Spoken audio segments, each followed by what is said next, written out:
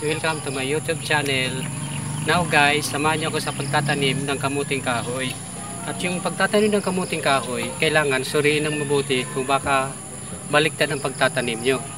Ngayon guys, kung halimbawa po ang bundok ay paakyat, ang pagtatanim po ng kamuting kahoy ay yung pagsibol niya pataas din.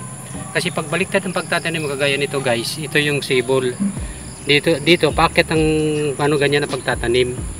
So pag binaliktad mo ito, may tendency na nakakalason dito, sabi natin mga ninuno. Kaya so ngayon, itatanim ko ito para malaman natin kung sisibol pa ba o ano, kasi naunahan na ako eh. Ngayon now, samahan mo ko guys. Will be start guys. Walang araro guys, piko lang guys ang katapat nito. Pipikuhin lang natin para maibaon yung similya ng kamuting kahoy.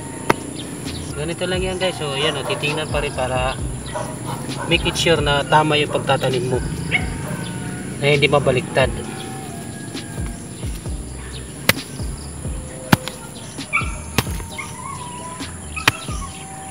Kasi guys, pag baliktad daw, pag nakain ng tao, nalalason.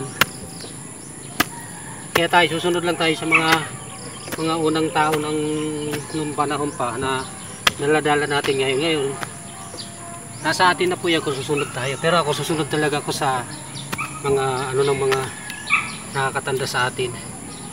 Kasi maliit pa lang ako guys, 7 years old pa lang ako noon, nagtatanim na ako nito eh. Ito talaga ang hanap buhay namin noong araw. Maliit pa kami. Doon naman sa amin, probinsya, meron kaming kalabaw na araro. Kaya ang pagtatanim doon, latag lang. Hindi ka na mag-uhukay. Hindi ka gaya dito na mano-mano. Kailangan hukayin mo.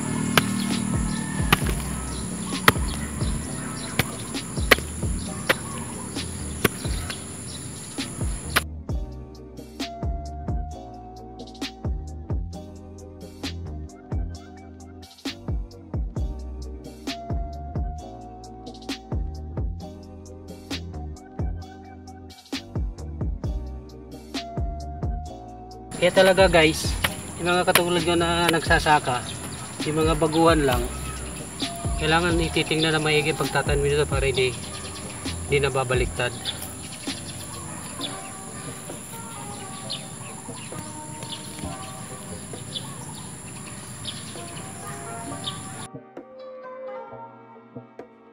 Lawak pa ng tataniman natin guys. Susunod naman ito, kamuting baging.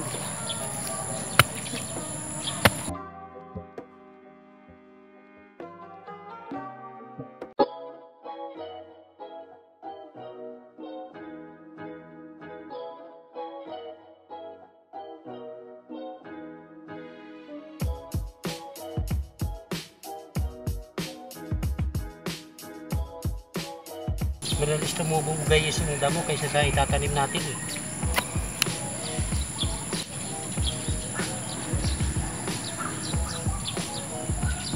Kasi sabi nga sa kasabihan eh, pag-aanlo pa daw pag-aari ng mga damo. Kaya tayo naman, magtatanim tayo na dadamuhan muna natin.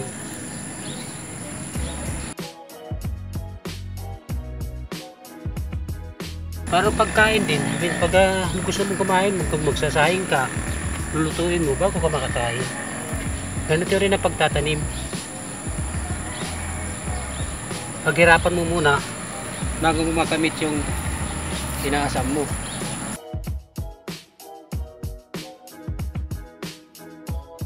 Kaya pala guys, may kanya-kanya kasi kami project dito eh. Yung isa naming kasama, yung mga tanim, mga sibuyas, pakita mo.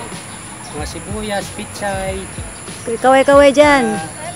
Bawang. Kanya-kanya kami project eh. Yung isa naman, yung project niya, di pa tumutubo yung munggo. Tsaka halaman, yan. Yan ang kanyang project. Ako naman dito, kamuting kahoy, tsaka kamuti. Pero kamuting kahoy pa lang na itatanim ko. Kuha ng may trabaho tayo sa labas eh. Every weekend nga lang nagagalaw to eh. Minsan pag walang pasok, dito kami lahat nakapokus. Ito ang pinaglilibangan namin. Ang magtanim. Para hindi na bibilhin sa palengke pag naani na. Ikaw na ngayon magbibinta sa palengke. Kung dami, magiging marami ang laman.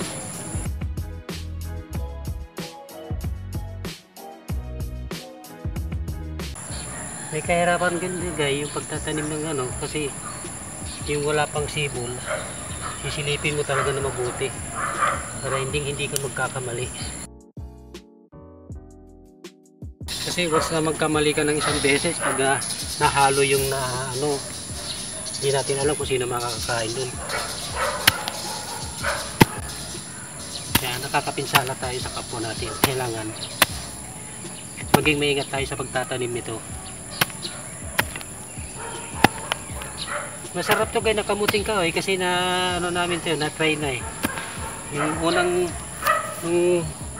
kasi 8 months lang naman to guys eh. Pag after 8 months, pwede mo nang anihin eh. Malalaki na ang laman nito guys pag 8 months na. Lalo na kung paabutin mo ng 1 year. Pero ang talaga nito, yung cost talaga ng pag-ari nito, 1 taon. Pero kung gusto mong kumain na talaga, 8 months lang, pwede mo pitasin. Malambot na ang kumbaga sa bubot pa yung laman.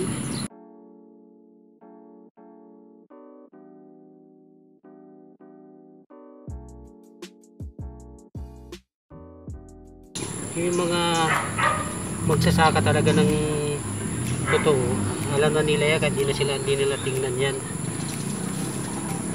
Pero kagaya sa atin ng mga bagito lang sa pagtatanim, kailangan suriin natin kung tama.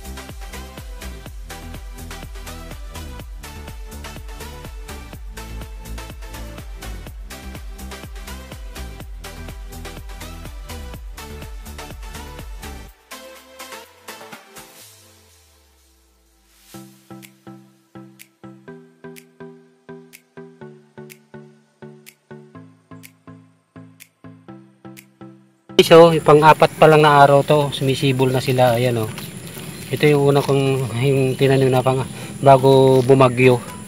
Ito po yung tinanim ko. Ayan, hanggang doon, 30 puno. 30 puno. Ayan guys, doon. Ayan Ayan guys Ayan guys may sibol na guys 4 na araw pa lang yan guys. Ayan 4 na araw yan. Ayan tatlong linggo na ito guys. Mula nung itinanim ko hanggang ngayon, pangatlong linggo na po ito. Bali, pangalawang damo na ho ito ngayon. Pangalawang damo, kaya hindi gano'n ng damo. Kasi every 1 week, mahaba agad ang damo nito, kaya kailangan alagaan mo. Sibol ng kamuting kahoy. So, ang natin guys, abangan nyo lang sa susunod na videos. Hanggang dito na lamang. Yung mga hindi pa nag-subscribe, mag-subscribe na. Sa mga nag-subscribe, maraming salamat po. Thank you for watching. Bye bye.